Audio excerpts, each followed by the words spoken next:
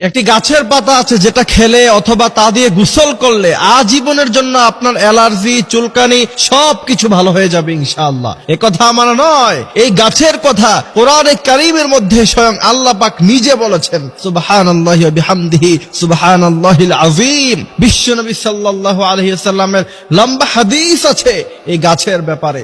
এই গাছের পাতা আপনি যদি চিবিয়ে খান অথবা তা দিয়ে যদি আপনি পানির মধ্যে ফুটিয়ে তা দিয়ে যদি আপনি গোসল করেন, বিজ্ঞান বলছে যে আজীবনের জন্য আপনার অ্যালার্জি, চুলকানি সব ভালো হয়ে যাবে। বর্তমান সময়ে পানির সমস্যা, এই পানির সমস্যা থাকার কারণে আমাদের অধিকাংশ মানুষের চুলকানি আছে না নাই? মানুষের সামনে আপনি যখন কথা বলেন দেখা গেছে যে আপনার শরীরের এই জায়গা চুলকান, ওই জায়গা চুলকান, দেখতে খুব বাজে লাগে, খারাপ লাগে, জিনিসটা সুন্দর লাগে না। কিন্তু আপনি যদি এই গাছের পাতা খান অথবা তা দিয়ে গোসল করেন, আপনার আজীবনের জন্য কিন্তু অ্যালার্জি, চুলকানি ভালো হয়ে যাবে। কারণ কোরআনে কারীমে আল্লাহ সুবহানাহু ওয়া তাআলা হাযা তিবয়ানাল লিকুল্লি শাই সবকিছু বর্ণনা করছে।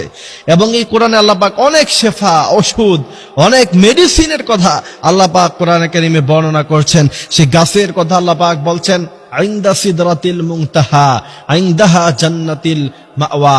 আকাশে আল্লাহ পাকের যে আরশ আযীম আছে সেখানে একটি গাছ আছে, সেই গাছের নাম হলো বরুই পাতা। ইনদা সিদরাতিল মুনতাহা, সেই গাছের নাম হলো বরুই গাছ।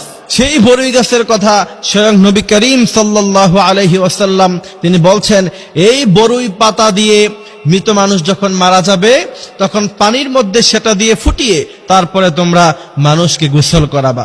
বিজ্ঞান গবেষণা করলো, এত বছর পরে, ১৫০০ বছর পরে গবেষকরা গবেষণা করে দেখলো যে পৃথিবীতে এত দামি দামি সাবান থাকতে, এত দামি দামি মেডিসিন থাকতে, পয়জন নষ্ট করতে পারে এত দামি দামি মেডিসিন আছে আমাদের কাছে, কিন্তু মুসলমানরা যখন মারা যায় তখন এরা বরই পাতা দিয়ে গরম পানি ফুটিয়ে তারপরে গোসল করায়। তার কারণ কি?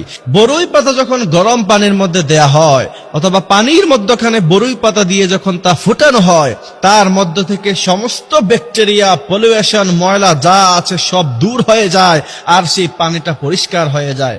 এমন ভাবে পরিষ্কার হয়, ফিল্টারিং করলে সেখান থেকে যেমন ময়লা পরিষ্কার হয়, এর চাইতে আরো ভালোভাবে পানির ভিতর থেকে ময়লা দূর হয়ে যায়, পানিটা পরিষ্কার হয়ে যায়।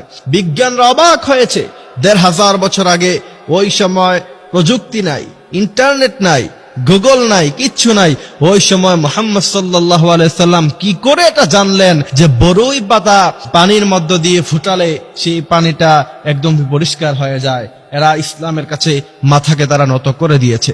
এই জন্য সেই গাছের পাতা আপনি যদি চিবিয়ে সেটা রস খেতে পারেন অথবা তা দিয়ে ফুটিয়ে আপনি যদি গোসল করতে পারেন, তাহলে আপনার শরীরে যেই পলিউশন থাকার কারণে চুলকানি হয় অথবা অ্যালার্জি হয় সেটা কিন্তু ভালো হয়ে যাবে।